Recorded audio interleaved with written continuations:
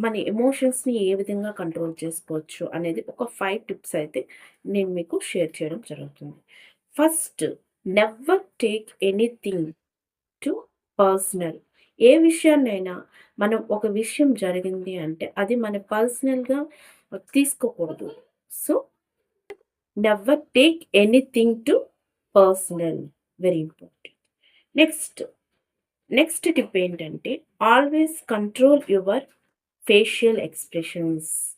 ఎప్పుడైనా మన facial expressions అనేవి మన కంట్రోల్‌లో ఉండాలి. దానికది మారిపోతూ ఉంటే అవి లేనిపోని కొత్త సమస్యలనేవి తీసుకురావడం జరుగుతుంది. సో, ఫేషియల్ ఎక్స్‌ప్రెషన్స్ అనేవి ఎప్పుడు మనం కంట్రోల్ చేసుకోవాలి ఎప్పుడు కూడా.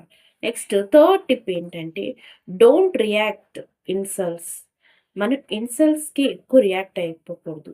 బట్ వాటిని మర్చిపోకూడదు కూడా. అంటే ఏదైనా